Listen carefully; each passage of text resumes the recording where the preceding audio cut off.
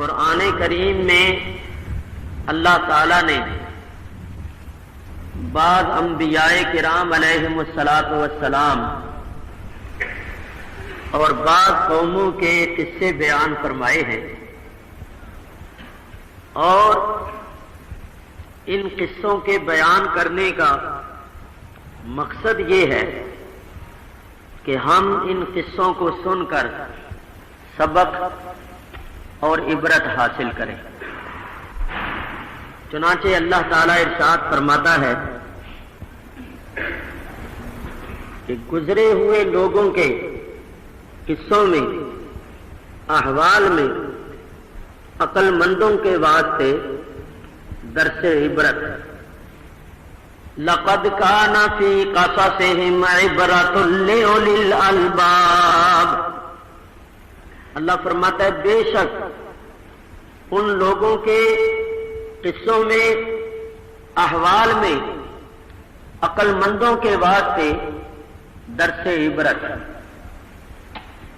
اور عقل مند وہی ہیں جو حالات کو سن کر یا دیکھ کر سبق اور عبرت حاصل کریں۔ جو لوگ حالات کو سن کر یا دیکھ کر سبق اور عبرت حاصل نہیں کرتے، وہ عقل مند کہلانے کے مستحق نہیں۔ سبق اور عبرت حاصل کرنے کے سلسلے میں مولانا روم رحمۃ اللہ تعالی علیہ شریف کے اندر ایک بڑی ہی عجیب بات بیان فرمائی ہے، وہ آپ کے سامنے پیش کرتا ہوں اور پھر حضرت یوسف علیہ السلام کا قصہ شروع کرتا ہوں۔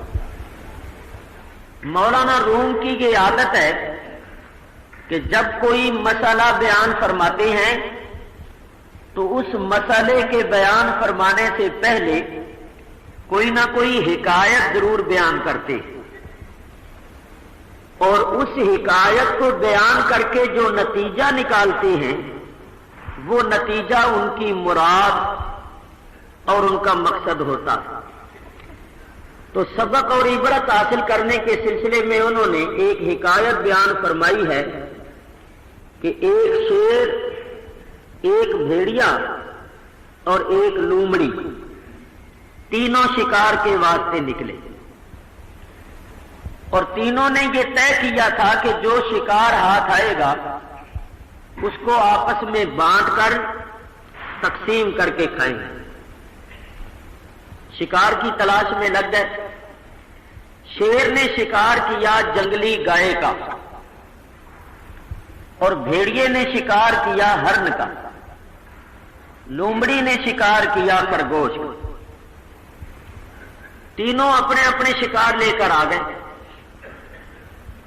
شیر نے بھیڑیے سے کہا، او بھیڑیے، اس نے کہا جی حضور، اے تقسیم کرو۔ تو بھیڑیے نے کہا جناب حساب تو بالکل سیدھا ہے، گائے آپ لے لیں، ہرن مجھے دے دیں اور خرگوش لومڑی کو دے دیں، شکار بھی اپنے اپنے ہیں اور حصہ بقدر جسہ کے حساب سے بھی ٹھیک ہے۔ شیر کو غصہ آ گیا، غضبناک ہو گیا۔ اس نے غصے میں آ کر غضبناک ہو کر بھیڑیے پر حملہ کر دیا اور کہا ادب گستاخ، بوڑھی گائے مجھے دیتا ہے اور ہرن جس کا گوشت لذیذ ہے وہ اپنے لیے منتخب کرتا ہے۔ شیر نے بھیڑیے پر حملہ کر کے اس کو چیر پھاڑ کے رکھ دیا۔ بھیڑیا بیچارہ تڑپ تڑپ کے ٹھنڈا ہو گیا، لومڑی یہ سب کچھ دیکھ رہی ہے۔ شیر پھر لومڑی کی طرف متوجہ ہوا، کہنے لگا او لومڑی، اس نے کہا جی حضور، اے تم تقسیم کرو۔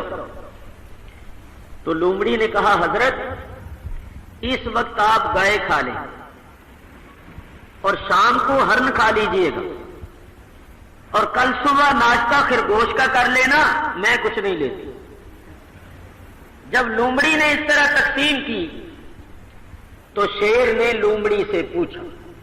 مولانا فرماتے ہیں کہ شیر نے کہا کہ از کجا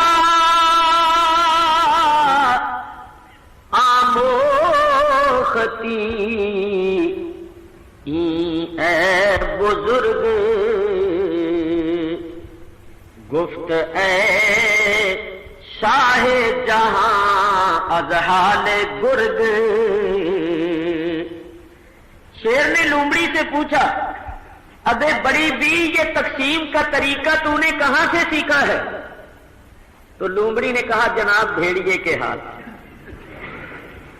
میں نے تقسیم کا یہ طریقہ بھیڑیے کے حال سے سیکھا ہے. میں نے دیکھا کہ بھیڑیے نے اپنے لیے کوئی چیز منتخب کی تو اس کو جان سے ہی ہاتھ دھونے پڑے. میں سمجھ گئی کہ اگر میں نے کوئی چیز اپنے لیے منتخب کی تو خیر میری بھی نہیں. تو جناب یہ تقسیم کا طریقہ میں نے بھیڑیے کے حال سے سیکھا. تو شیر خوش ہو گیا, کہنے لگا او لومڑی تم نے ہمارا قدر کیا, جاؤ یہ تینوں ہی شکار تمہارا ہم اور مار لیں. اس حکایت کو لکھ کر مولانا روم رحمت اللہ علیہ جو نتیجہ نکالتے ہیں وہ سننے اور یاد رکھنے کے قابل ہیں. فرماتے ہیں کہ پس پاس اورا کے مارا در جہاں کرد پیدا از پسے پیشینیاں. فرماتے ہیں اللہ تعالیٰ کے لیے حمد و ثنا ہے, اللہ کا لاکھ لاکھ شکر ہے کہ اس نے اس جہان میں ہمیں تمام امتوں کے بعد میں پیدا اور پہلی امتوں کے حالات کھول کھول کے قرآن میں بیان کر دیے اور ہمیں حکم دیا کہ پہلی امتوں کے حالات کو پڑھ کر سن کر سبق اور عبرت حاصل کرو. جس طرح لومڑی نے بھیڑیے کا حال دیکھا اور اپنے آپ کو شیر کے غضب سے بچا گئی, اس طرح تم پہلی امتوں کے حالات پڑھ کر اور سن کر اپنے آپ کو اللہ کے غضب سے بچا لو. یعنی تم قرآن میں پڑھو کہ پہلی امتوں پر جو عذاب آیا تو وہ کیوں آیا تھا, اس کی وجہ کیا تھی, انہوں نے کون سا جرم کیا تھا, کون سا گناہ کیا تھا جس کی وجہ سے ان پر عذاب آیا. تو تم اس گناہ سے بچو, تم اس جرم سے بچو تاکہ تم پر عذاب نہ آئے. اور جن قوموں کو اللہ نے نوازا, سر بلند کیا, کامیاب کیا, وہ بھی پڑھو اور سنو کہ ان کی کامیابی اور سربلندی کی وجوہات کیا تھی, کون سے انہوں نے کام کیے کہ اللہ راضی ہو گیا اور اللہ تعالیٰ نے ان کو کامیاب کر دیا. تو تم بھی اسی طرح کے کام کرو تاکہ اللہ تعالیٰ تمہیں بھی کامیاب اور سربلند کر دے. تو اللہ تعالیٰ نے یہ قصے اس لیے بیان فرمائے ہیں کہ ہم سبق اور عبرت حاصل کریں. تو قرآن